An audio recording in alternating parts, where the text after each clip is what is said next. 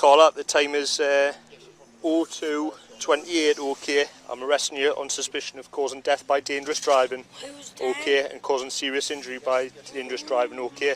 You don't have to say anything, but it may harm your defence. You're not mentioned when questioned. 25-year-old Karla Dodds will spend the rest of her life grappling with the horrifying realization that she killed her best friend in a drunk driving accident, and she'll have plenty of time to reflect on her actions as she spends the next 12 years in prison for a death by dangerous driving conviction. The intoxicated bar employee was driving 6 of her friends to a party in her small hatchback in November 2022 when she crashed into a lamppost in the English town of North Shields, killing 22-year-old Truman Hub.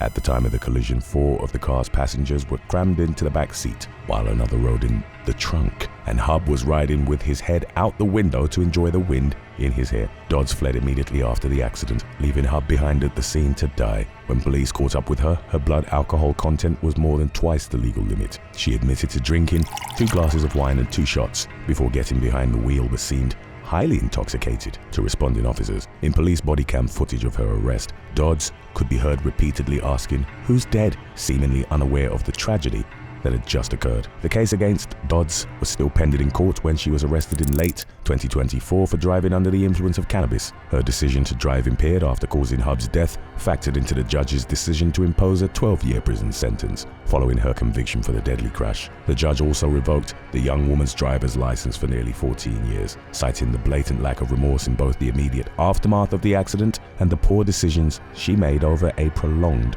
period afterward. Number 30, Danielle Morgan. Shortly before 8 p.m.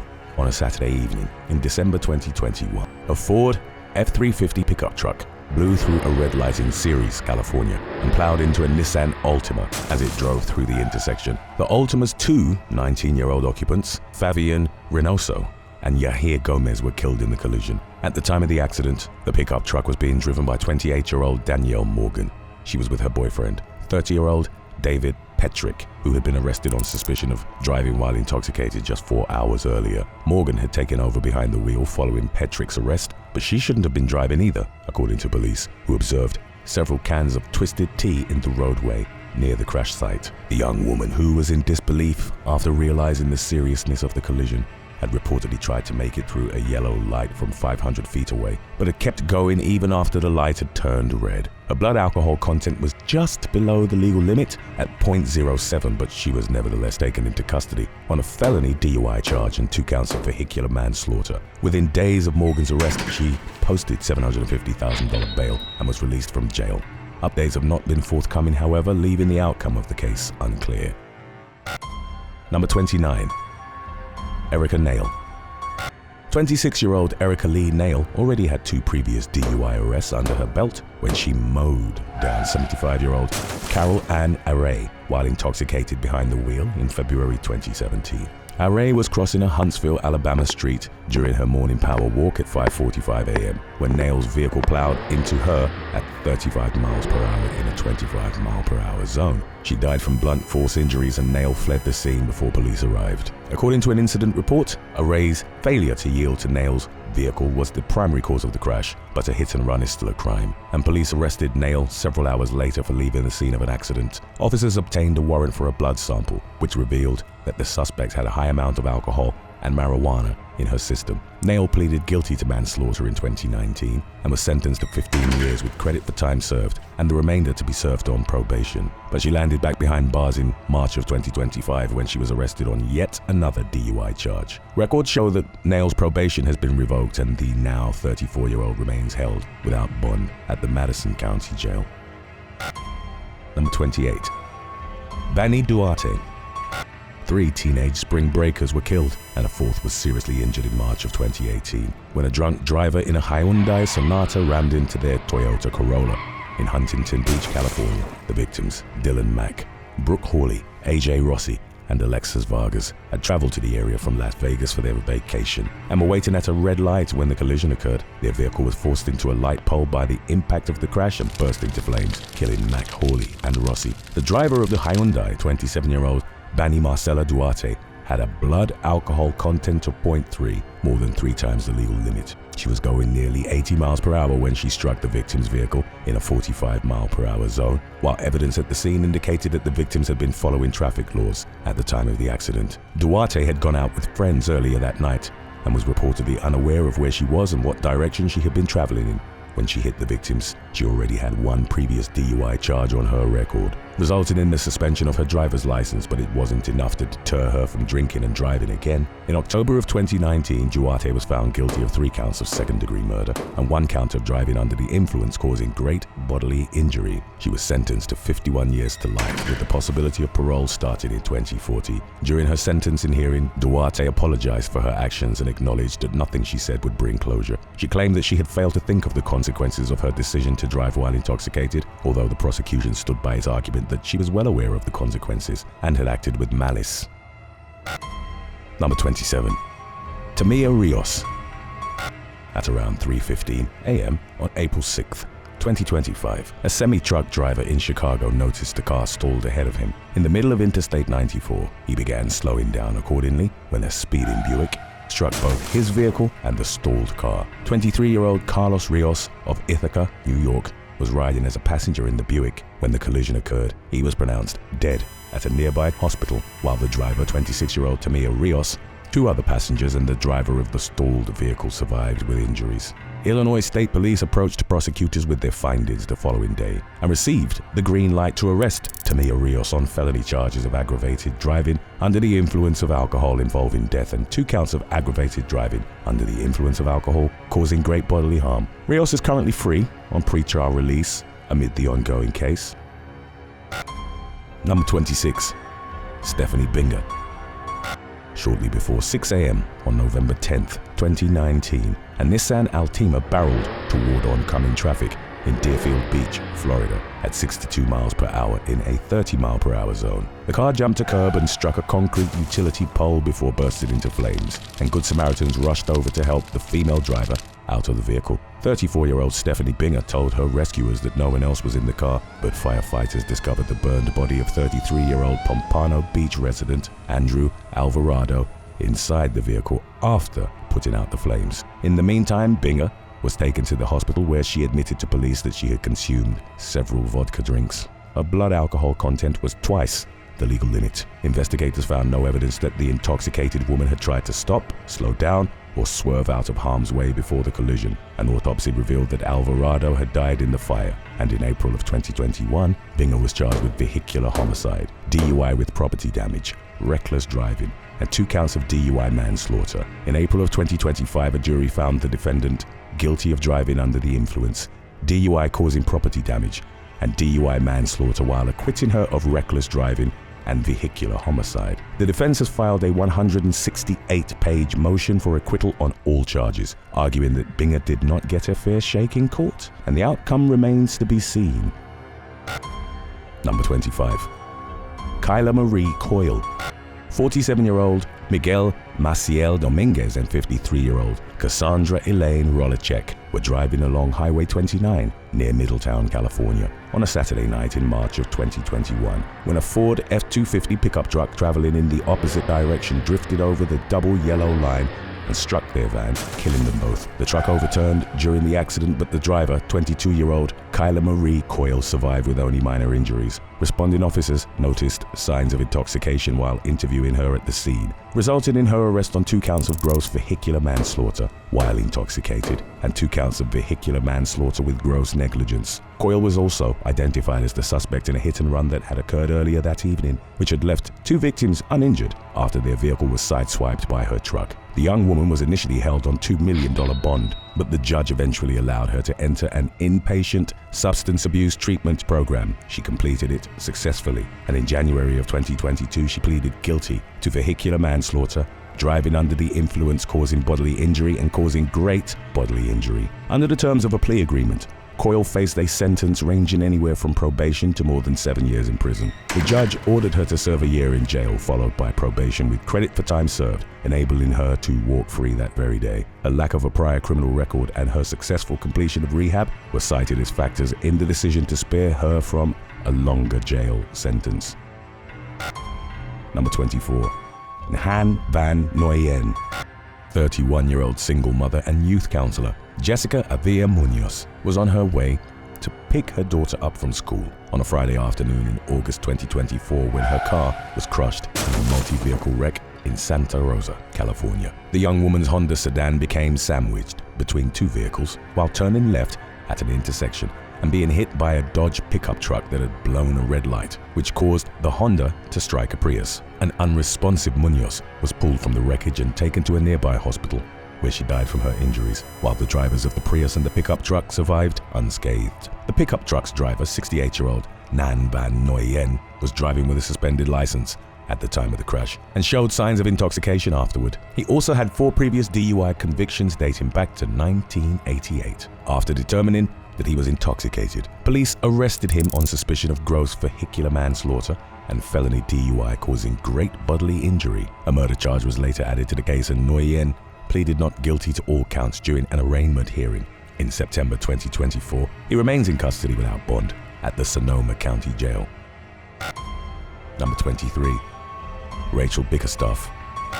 33-year-old Rachel Bickerstaff was going at least 100 miles per hour when she ran a red light and crashed her Jeep Grand Cherokee into a Subaru Outback in downtown Omaha, Nebraska at around 1:30 a.m. one morning in September 2024. The Subaru struck a light pole while Bickerstaff's Jeep hit a tree, rolled and erupted into flames. Good Samaritans wasted no time pulling over to the fiery wreck and pulling Bickerstaff and her 38-year-old male passenger out of the vehicle. Their 3 daughters passed away after being trapped in the burning Jeep, and the Subaru driver, 70-year-old Michael Sales, also died in the fiery accident. Just moments before the crash, Bickerstaff had been driving nearly 140 miles per hour. Her blood alcohol content was 0.216, nearly 3 times the legal limit, and she was rushed to the emergency room with severe burns. She remained hospitalized for several weeks, then was booked into jail on 4 counts of motor vehicle homicide and 1 count of driving while intoxicated causing serious bodily injury. In March of 2025, Bickerstaff pleaded no contest to the 4 motor vehicle homicide charges. The DUI charge was dropped as part of a plea deal,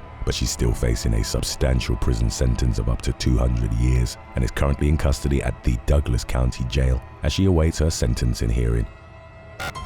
Number 22. Sara Murphy.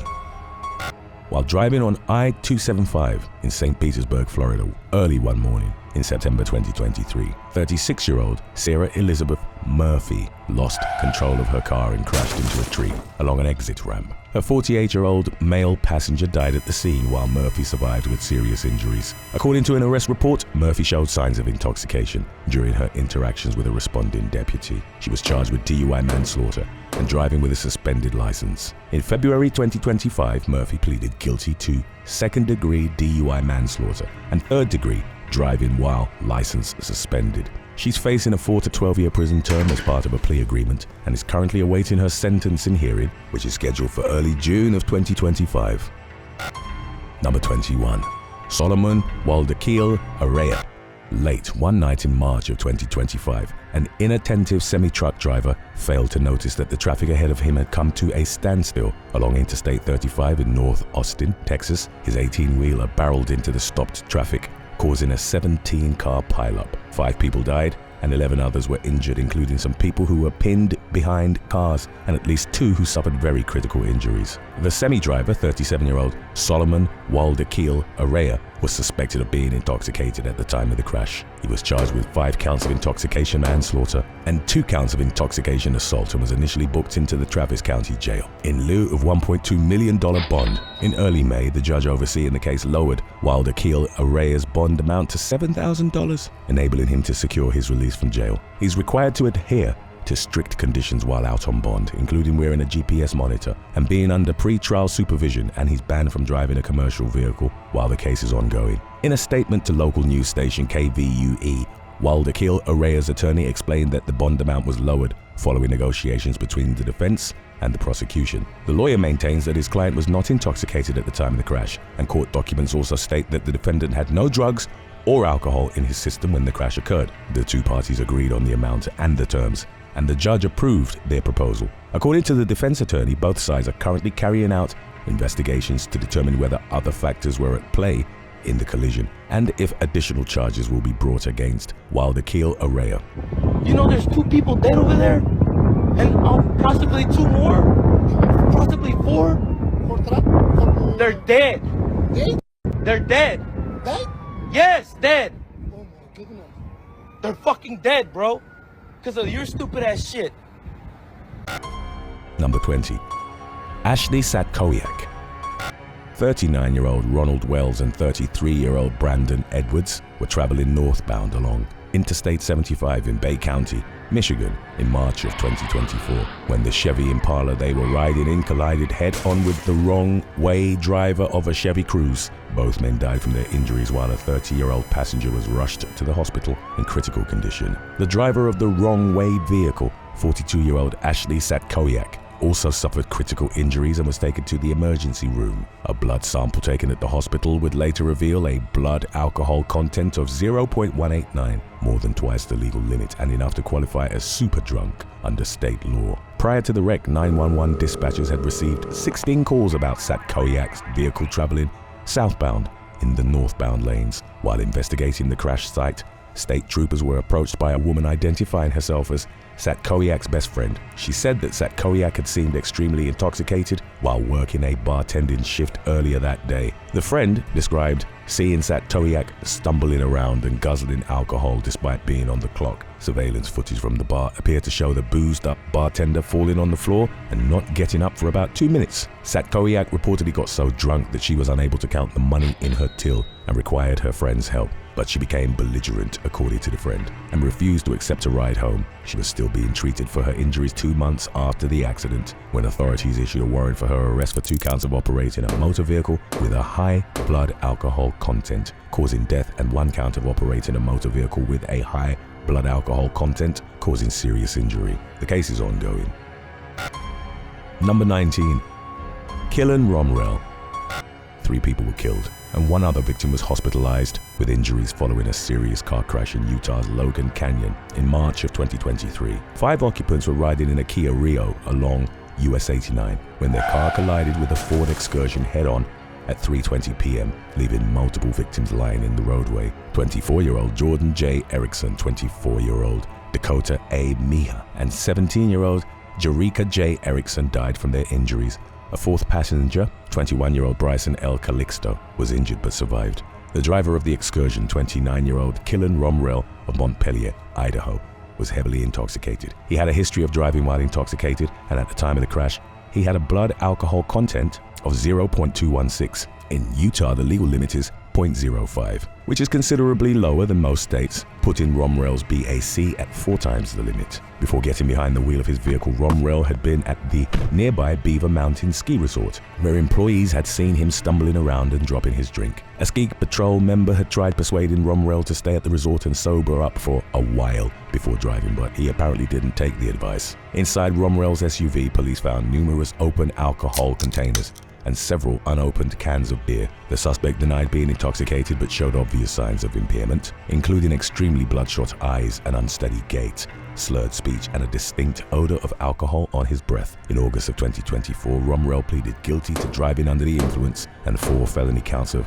negligently operating a vehicle resulting in death or serious bodily injury. Judge Brian Cannell sentenced him to the maximum prison term of 3 to 30 years. While imposing the punishment, Cannell commented on how he had seen too many DUI cases during his time on the bench, and he expressed concerns over the state legislature's decision in recent years to relax the sentencing guidelines for these types of crimes. Romrell apologized to the victims during his sentencing hearing, saying that he wished it was him who had paid the ultimate price for his poor decisions.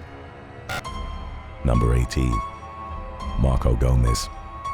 Shortly before midnight on July 3rd, 2024, Marquette University police were called to the scene of a car accident in Milwaukee. Officers arrived to find a white Toyota on its side and a blue Hyundai nearby. Both cars were heavily damaged, and the Hyundai driver, a 29-year-old DoorDash driver, had been ejected from their vehicle and was pronounced dead at the scene. While the victim's name is listed as Michael Starks in news articles, the victim was a trans woman who went by the name Rie Rain. The Toyota driver, 23-year-old Marco Gomez, had never had a driver's license and did not own the car that he was driving at the time of the crash. It was a rental vehicle belonging to a customer at a local hotel, where Gomez was working as a valet when he decided to take the car for a joyride. Surveillance footage obtained by investigators showed the Toyota speeding down the street shortly before the collision. Gomez drove the vehicle into a bus lane and ran 2 red lights before slamming into Stark's Hyundai. During police questioning, he admitted to stealing the Toyota and driving while intoxicated. Authorities charged Gomez with first-degree reckless homicide. In September 2024, he pleaded guilty to a reduced second-degree reckless homicide charge and 1 count of homicide by intoxicated use of a vehicle,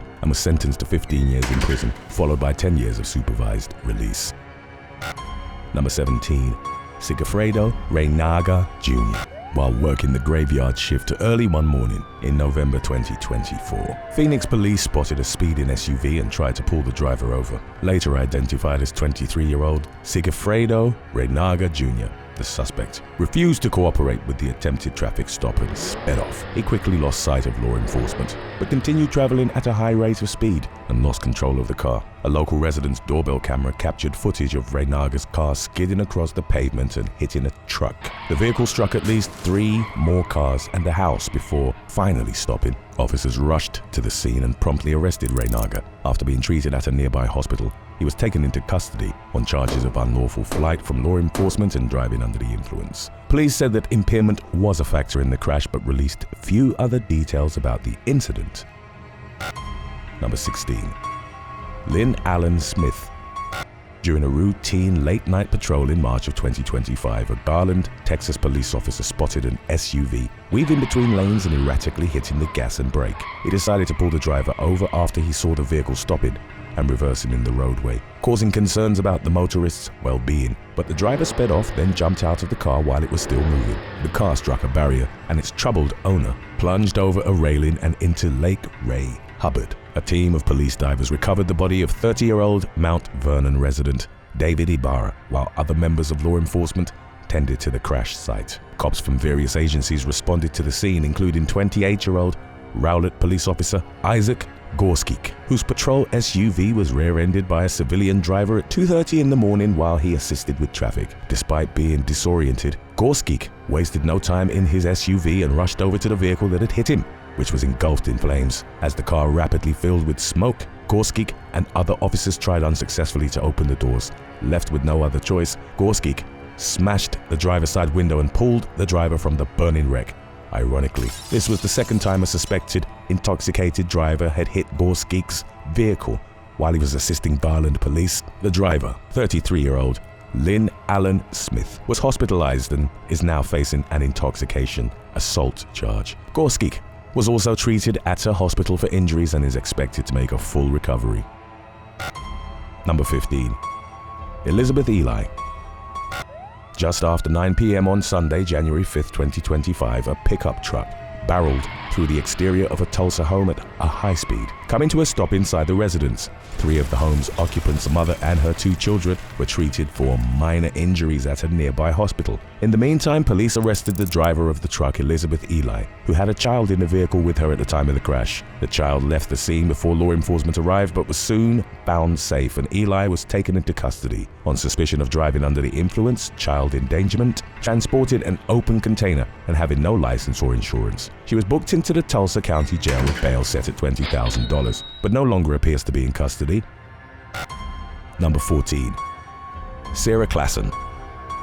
Shortly before 8 p.m. one evening in early March of 2025, local and state officers responded to the scene of a vehicle accident in Richmond, Washington. 20-year-old Jose Sanchez had been fatally wounded after another driver had hit his motorcycle. Investigators were surprised to realize that the suspected hit-and-run driver was one of their own. 35-year-old Washington State Trooper Sarah Clasen had struck Sanchez with her personal vehicle while off duty. She denied being intoxicated but refused to submit to sobriety tests, and she claimed that she was almost finished turning at an intersection when the collision occurred. But this version of events didn't line up with the damage to her SUV or the fact that the victim's motorcycle had ended up beneath the vehicle. When questioned about her unwillingness to undergo sobriety tests, Clasen commented that she knows how it works and mentioned something about having a glass of wine. She refused to specify whether she had been drinking, but investigators were able to confirm that Clasen and her husband, Trent, had visited a local bar earlier that evening. An employee at the establishment praised the couple as responsible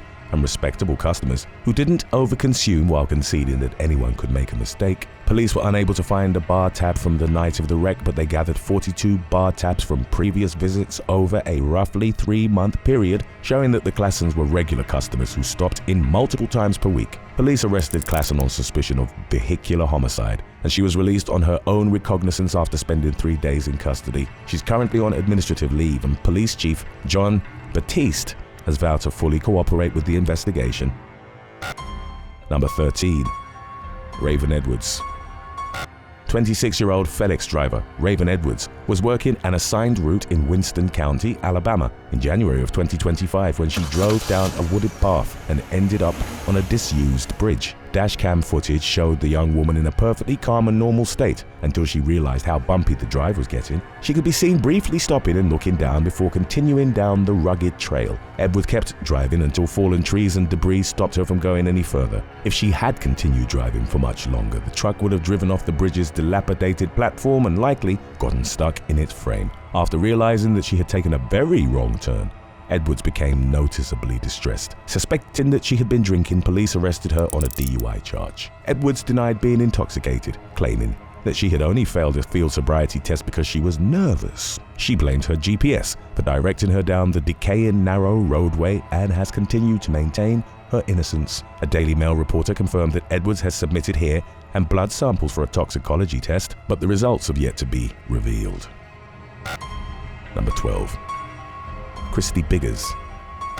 Officer Kenneth Lewis was tending to a routine late-night traffic stop along a bridge in Missouri City, Missouri, in May of 2014 when a suspected drunk driver rear-ended his patrol car, which in turn struck the car that Lewis had pulled over. The force of the impact nearly pinned Lewis between the cars and the bridge's railing, but he quickly jumped over the railing to avoid having that happen. The crash was captured on dashcam video, which showed Lewis slipping out of view as he plummeted 30 feet to the ground below. Lewis, who had been on the force for just 3 months when the incident occurred, would later say that he hadn't realized how far the fall would be when he took the plunge. He was airlifted to the hospital in serious but stable condition, while the driver he had pulled over suffered minor injuries. The accused drunk driver, 46-year-old schoolteacher Christie Diane Biggers, told responding officers that she was on her way home from a bar and restaurant. Police noticed signs of intoxication, including bloodshot eyes and an odor of alcohol, and Biggers failed a field sobriety test, resulting in her arrest on suspicion of intoxication manslaughter.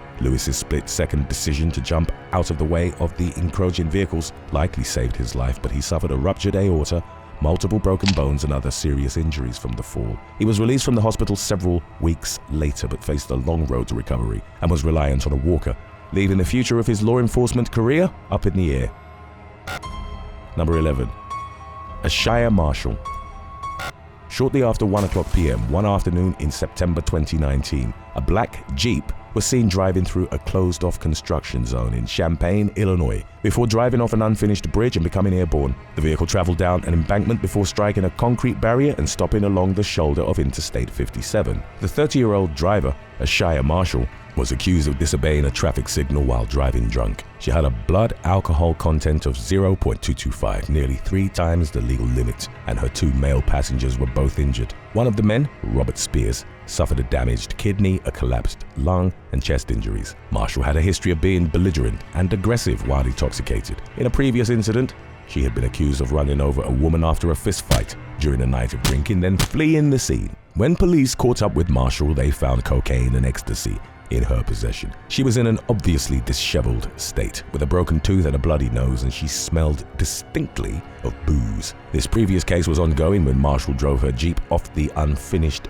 bridge. She faced numerous charges in both cases, and in August 2020, she pleaded guilty to aggravated driving under the influence. The other charges were dropped in exchange for Marshall's guilty plea, and she was sentenced to 6 years in prison. Under Michigan law, she was required to serve at least 85% of her term, roughly 5 years, behind bars. Marshall was apologetic and seemingly remorseful during her sentencing hearing, but the judge believed prison time was necessary to deter her from continuing along her self-destructive path. While handing down the punishment, Judge Rhonda Holloman admonished the young woman for self-medicating with drugs and alcohol, despite knowing that she needed medication for mental health issues. Robert Spears and the other passenger involved in the bridge incident, Maurice Conley, declined to submit victim impact statements and did not ask for any restitution despite the seriousness of their injuries.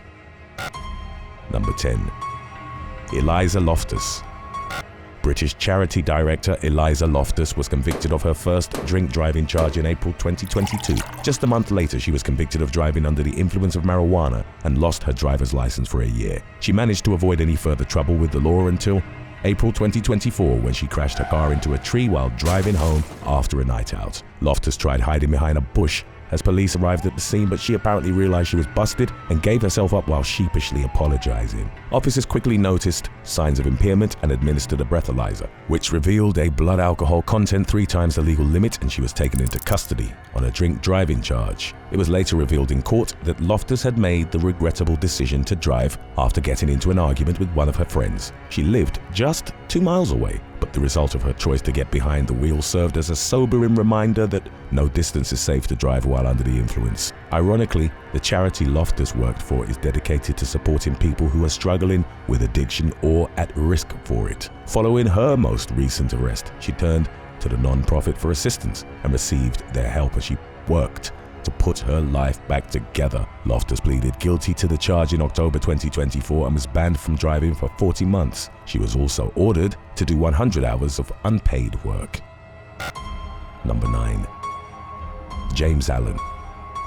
28-year-old Texas resident James Allen completely destroyed his $385,000 Ferrari in a street race gone wrong in January of 2017. But he miraculously walked away from the wreckage unscathed. The arguably reckless young man missed a turn while racing another adrenaline junkie at 2:30 in the morning, causing the Ferrari to spin out and drive off a 40-foot bridge. By the time the flashy limited edition red sports car finished flipping in mid-air and landed on its side in a ravine, it looked more like a crushed Coca-Cola can. Amazingly, Allen and his 2 passengers escaped with minor injuries. Responding officers were quick to notice a smell of alcohol on Allen's breath, and they found a collection of alcohol cans and bottles inside the totaled Ferrari. During an official interview with law enforcement, Allen claimed he had only consumed 2 beers prior to the accident, but he was acting belligerent and his speech was slurred, adding to officers' growing suspicions that he had ingested a lot more alcohol than he was admitting to. He was arrested on a drunk driving charge, but the story fell quiet in the news after the story first broke, leaving the outcome of the case unclear. Number 8. Angel Cota. UFC star Henry Cejudo was working remotely from his Phoenix, Arizona home in early April of 2025 when he saw a car speed past at somewhere between 80 and 100 miles per hour. Moments later, he heard a loud crash from very close by and soon discovered that someone had crashed into his neighbor's house. Cejudo noticed the driver and 3 passengers trying to leave the scene as the homeowner tried to stop them. Later identified by law enforcement as 22-year-old Angel Cota, the driver punched the homeowner in the face, prompting Cejudo to intervene. Using his mixed martial arts skills, Cejudo restrained Cota and roughed him up a little to show him who was in control and kept him at the scene until police arrived. Cota was charged with multiple crimes, including driving under the influence and assault. Speaking with 12 News after the harrowing takedown, Cejudo said that he was mostly just glad that no one died, which would have likely happened if his neighbor had been in the room that the car crashed into. Number 7. Joel Mahaffey. In late February of 2025, a Markle, Indiana police officer pulled a driver over for speeding and running a stop sign. The man behind the wheel, 49-year-old Joel Mahaffey, was the superintendent of Adams Central Community Schools. He initially denied drinking any alcohol that evening, despite the officer noticing the smell of booze on his breath, then admitted that he had been drinking with a friend after a school conference. Mahaffey denied drinking to excess, but he reportedly struggled to maintain his balance during a field sobriety test and blew a 0.115 on a breathalyzer, putting him above the legal limit of 0.08. Court documents state that when Mahaffey learned the breathalyzer results, he said, "Oh my God, I have just ruined my effing career." And he may not have been wrong. Initially, after Mahaffey's arrest on drunk driving related charges, the school board voted to keep him on as superintendent, but he ended up resigning the following month after pleading guilty to operating a vehicle with an alcohol concentration between 0.08 to 0.15%. Prosecutors dropped 2 other counts in exchange for Mahaffey's plea, and he was sentenced to 4 days in jail and 180 days of probation. Number 6. Suzanne Marie Coyle. While working a routine patrol shift in Cody, Wyoming, in May of 2023, Park County Sheriff's Deputy David Schlenker noticed the vehicle driving too closely to another car and failing to use their turn signal. He activated his lights, but the driver was slow to pull over. The woman behind the wheel, 58-year-old Suzanne Marie Coyle, smelled strongly of alcohol, and her eyes were bloodshot. She slurred her words as she answered Schlenker's question about her alcohol consumption that day, claiming that she had only consumed about a beer. Inside Cole's vehicle, Schlenker found several vodka bottles and beer cans. The situation took a bizarre turn when the suspect told the deputy that she had recently been abducted by aliens. Cole, who had a history of drunk driving, became uncooperative when she was asked to undergo a field sobriety test, and she was charged with her third DUI. She was on probation the following year when her SUV became trapped between large rocks in a remote part of Park County. Authorities suspected Cole of driving drunk yet again, but she claimed that a group of unidentified assailants had knocked her out and stolen the vehicle. She stuck to her story even after police found evidence that she was driving the SUV when it got stuck, and she was charged with false reporting and her fourth DUI. Number 5. William Schwarz. On a March evening in 2016, Florida residents noticed a man driving extremely aggressively and fast in Flagler and St. John counties, later identified as 52-year-old William Schwarz. He was seen speeding up to vehicles before slamming on the brakes to avoid collisions. While attempting to pass another vehicle in the Painters Hill community, Schwarz lost control of his vehicle and struck several cars. He was traveling at somewhere between 80 and 90 miles per hour at the time of the wreck. 66-year-old Kathleen Booz and her brother-in-law, 67-year-old Carl Booz, were killed in the wreck, while 21-year-old Britannia DiMattia suffered critical injuries. Schwarz had been arrested for driving drunk at least 3 times in the past, and he was accused of being under the influence when he caused the deadly 4-car wreck. In April of 2018, Schwarz pleaded no contest to 2 counts each of DUI manslaughter and DUI with property damage. In an extremely rare move even for a fatal drunk driving case, the judge sentenced him to life behind bars. Prison records show that he's deceased, but do not specify when he passed away, and the circumstances surrounding his death are unknown. Number 4. Caleb Joseph Hayes. Before sunrise one Sunday morning in July of 2024, a motorist in Galveston, Texas drove his car off Pier 21 and into Galveston Harbor. The vehicle landed in 30 feet of water, but the driver managed to escape.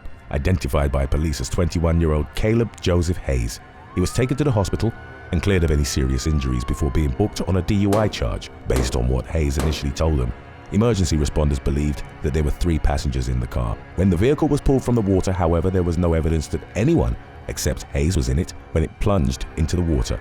Much to their relief, investigators safely located all 3 of the individuals they were looking for, who were alive and well.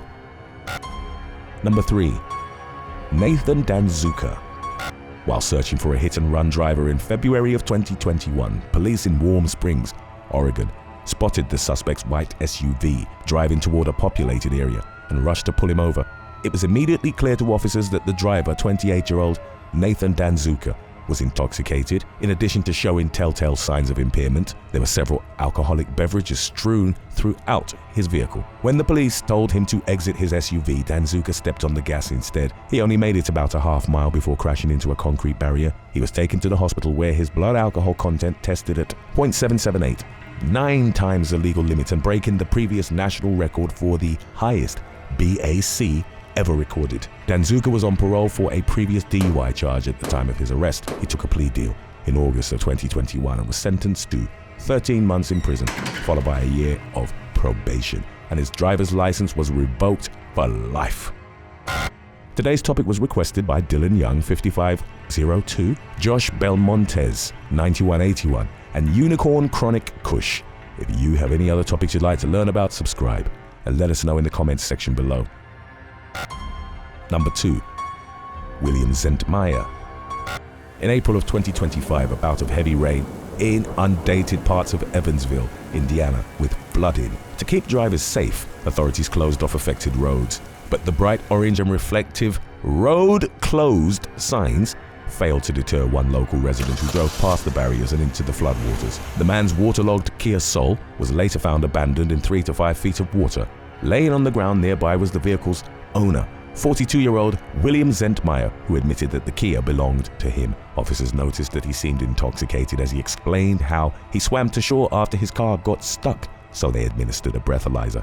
Zentmyer blew a 0.134 and was charged with driving under the influence and ignoring a traffic control device. Following his arrest, Vanderburg County Sheriff Noah Robinson reminded the public not to drive drunk or into flooded areas, which is both dangerous and a potential drain on emergency resources.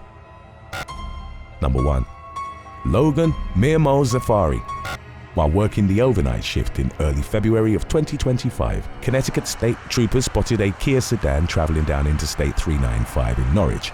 At an extremely high rate of speed, police pulled the vehicle over just after midnight and were met by 28-year-old Logan Mirmozaffari. When asked about why he was driving so fast, Mirmozaffari said he was in a hurry to get home and see his pet cat, but his plans to bond with his beloved feline were put on hold after troopers noticed that he smelled like alcohol and had glassy eyes and slurred speech. Mirmozaffari failed a field sobriety test and was charged with driving under the influence of alcohol or drugs and reckless driving.